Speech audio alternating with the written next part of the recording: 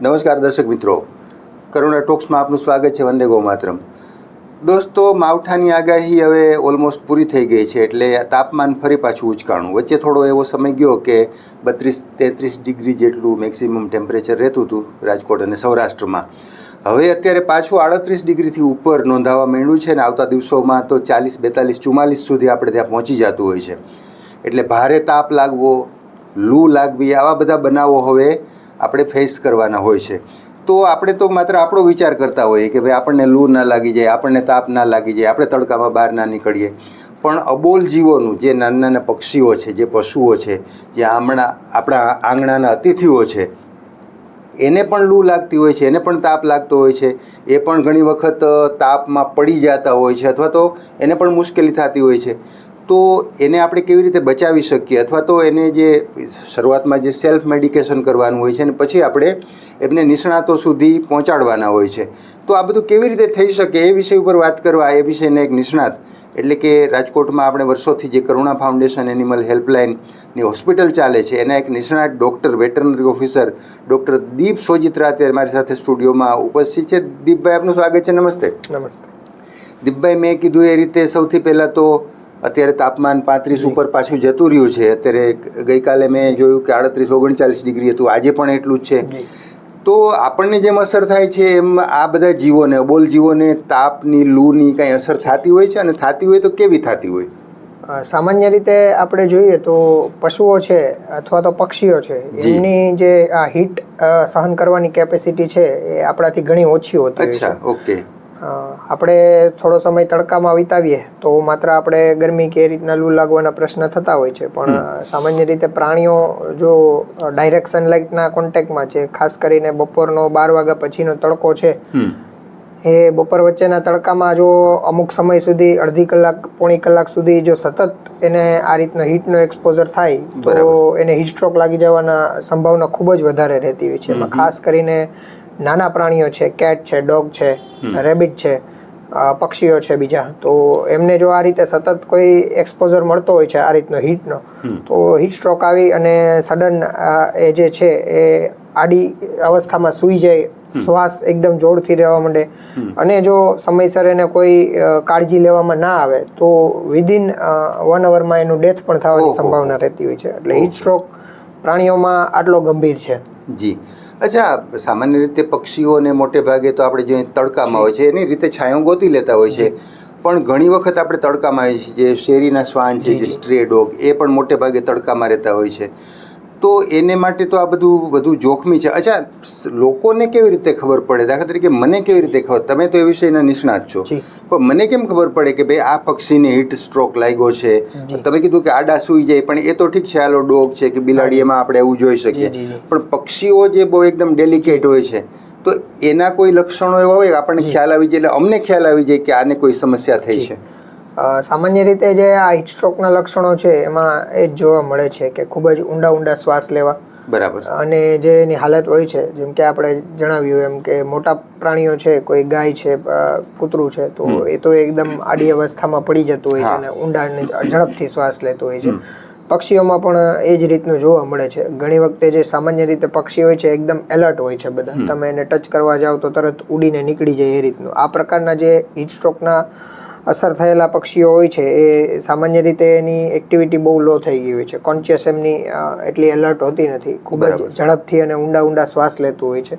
અને તમે એને ભગાવવા માટે કદાચ હાથ નજીક લઈ જાઓ તો પણ એ ઉડવાની કોશિશ નથી કરતો, અથવા તો ઉડે છે તો પણ થોડા અંશ સુધી ઉડીને પાછું નીચે પછડાય છે. બરાબર. એ રીતની હાલત જોવા મળે છે. એટલે શ્વાસ ઝડપથી લેવો, એની જે એકચ્યુઅલ હાલત છે એનાથી એકદમ ડલ અને ડિપ્રેસ થઈ જવું, એ બધા પ્રકારના લક્ષણો આપણે સામાન્ય રીતે પ્રાણીઓમાં જોવા મળતા હોય છે અને પક્ષીઓમાં પણ. ઓકે. હવે આ પ્રકારના પ્રાણી કે પક્ષી અમે જોઈએ ક્યાંય અમારા ઘરની આજુબાજુમાં કે આપણે જ્યાં પણ જોઈએ, તો એને પ્રાથમિક સારવાર જે આપણે કહીએ, અમે શું આપી શકીએ? અમે એને કેવી રીતે મદદરૂપ થઈ શકીએ? તમારા સુધી પહોંચે એની પહેલાં ક્યારેક એવું બને કે બહુ સામાન્ય લક્ષણો હોય, કદાચ અમારી પ્રાથમિક સારવારથી પણ સાજું થઈ જતું હોય, તો અમારે લોકોએ શું કરવું આ પ્રકારની જ્યારે કોઈ પક્ષીની કે પ્રાણીની હાલત જોઈએ ત્યારે?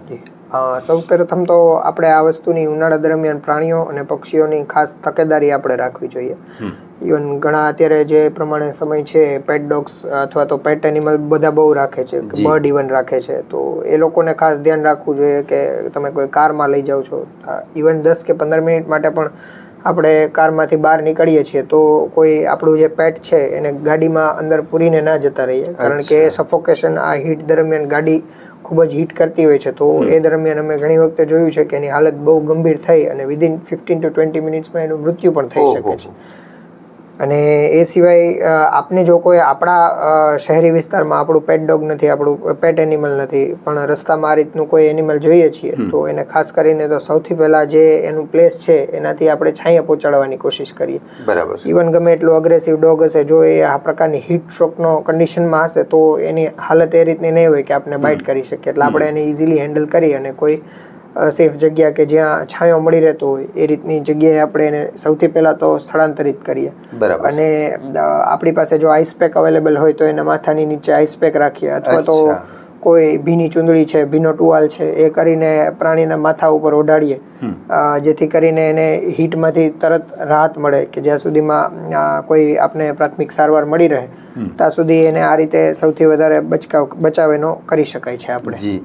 અચ્છા, તમારી પાસે પછી માનો કે કોઈ પ્રાથમિક સારવાર કરીને અમને એવું લાગે કે હજી પણ આમાં કંઈક આને વધુ જરૂર છે તો આપણા સુધી પહોંચાડી શકીએ? લોકોને ખબર છે કે એનિમલ હેલ્પલાઇનની જે 3 હોસ્પિટલો ચાલે છે અને આપણી સતત 24 કલાકની એમ્બ્યુલન્સ ચાલુ હોય છે, એ બધી લોકોને ખ્યાલ છે, એના નંબર પણ આપણે આપણા સ્ક્રીન ઉપર મૂકી દઈએ છીએ, વારંવાર મૂકતા હોય છે, આજે પણ મૂકી દઈએ, જેને કારણે લોકો તરત જ આપણો સંપર્ક કરી શકે.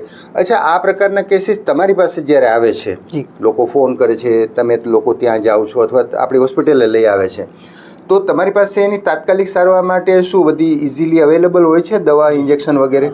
સામાન્ય રીતે આ જે પ્રકારના કેસ હોય છે એમાં મેનેજમેન્ટ સૌથી ઇમ્પોર્ટન્ટ હોય છે, કે જે ઇમરજન્સી ક્રિટિકલ કેર કહેવાય છે, જેને કે અર્જન્સીમાં જે તમે એને સારામાં સારી ટ્રીટમેન્ટ જલ્દીથી જલ્દી પહોંચાડો, કારણ કે આમાં હંમેશા કન્ડિશન ઇમરજન્સી હોય છે, એટલે સમય વેડફવાના બદલે જો જલ્દી સારવાર એની ચાલુ થઈ જાય તો આપણે એનો જીવ અવશ્ય બચાવી શકીએ છીએ. આમાં બીજી કોઈ મેડિકેશન કરતાં જે પ્રાણીનું તાપમાન એકદમ વધી જતું હોય છે અને એનો જે સ્ટ્રેસ લેવલ હોય છે એને કંટ્રોલ કરી અને આપણે નોર્મલાઇઝ કરવાની કોશિશ કરવાની હોય છે, અને એ આપણે એમાં સફળ થઈ જાય તો આપણે અવશ્ય બચાવી શકીએ છીએ. બાકી આ પ્રકારના જે હીટ સ્ટ્રોકના કેસીસ હોય છે એ ખૂબ જ ડેલિકેટ હોય છે. ઘણી વખતે હોસ્પિટલ પહોંચવાની સાથે અથવા તો રસ્તા દરમિયાન પ્રાણીઓનું મૃત્યુ થઈ જતું હોય છે, એવું અમે અવારનવાર જોતા હોઈએ છીએ વધારે સમય પસાર થવાના લીધે. બરાબર. પણ જો એટલી ખરાબ હાલત ના હોય ને હોસ્પિટલે સમયસર પહોંચી જાય છે તો બચાવી શકાય છે જીવ પ્રાણીઓનો. બરાબર. અચ્છા, અત્યારે આપણી પાસે તમારી પાસે જે કેસીસ આવતા હોય છે, આપણી હોસ્પિટલોમાં આવતા હોય છે, અથવા જે ફોન આવતા હોય છે અને આપણી એમ્બ્યુલન્સ જાતી હોય છે, તો એમાં મોટે ભાગે કયા પ્રકારની સમસ્યાવાળા, અત્યારે લૂવાળા અથવા તો કોઈ અન્ય તાપ લાગી જાવ કે ટૂંકમાં ઉનાળાની કઈ કઈ સમસ્યા હોય છે, જેવા કેસીસ આપણી પાસે અત્યારે વધુ આવે છે?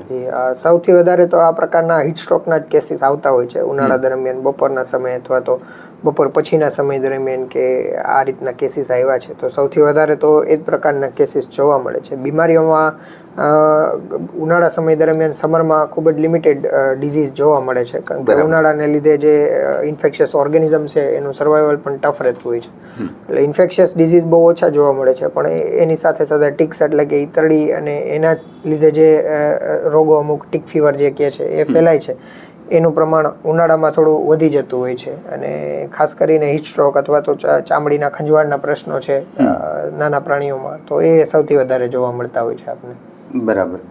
અચ્છા, અત્યારે જે ઉનાળો એકદમ હવે પૂરજોશમાં શરૂ થઈ જવાનો છે ને 1.5-2 મહિના હજી તો આવા ભોગવવાના છે, એટલે આપણે તો આપણું ધ્યાન રાખતા હોય છીએ, પણ આ બધા પેટ્સ માટે અથવા તો આ જે નાના નાના જે પશુ પક્ષીઓ છે એને માટે જે લોકોએ આખી વ્યવસ્થા પોતાની રીતે પણ કરી હોય છે, તો ઘણી વખત એવું થાય, લોકોને એવું લાગે કે ભાઈ અમે અમારી રીતે કોઈ સારવાર કરવી હોય તો કરી શકીએ, તમે જે ટ્રીક બતાવી એ તો લોકો પોતે અમલમાં મૂકશે જ, પણ એને માટે કોઈ રસી એડવાન્સમાં મૂકી શકાય કે એવી કોઈ વ્યવસ્થા હોય છે? હું અમસ્તો મારો વિષય નથી એટલે પૂછું છું કે ભાઈ કોઈ પક્ષીને કે પશુને રસી આપી દેવામાં આવે, ખાસ કરીને જે પેટ છે એને, તો એનાથી એને હીટ સ્ટ્રોક ઓછો લાગે કે એવી કોઈ વ્યવસ્થા હોય છે કે પછી આપણે એને તડકાથી બચાવવું એ એકમાત્ર ઉપાય છે? જી ના, હીટ સ્ટ્રોક માટે તો એ જ છે કે આપણે એને તડકાથી બચાવવું એ જ ઉપાય છે. એના માટે કોઈ બીજો ઉપાય નથી.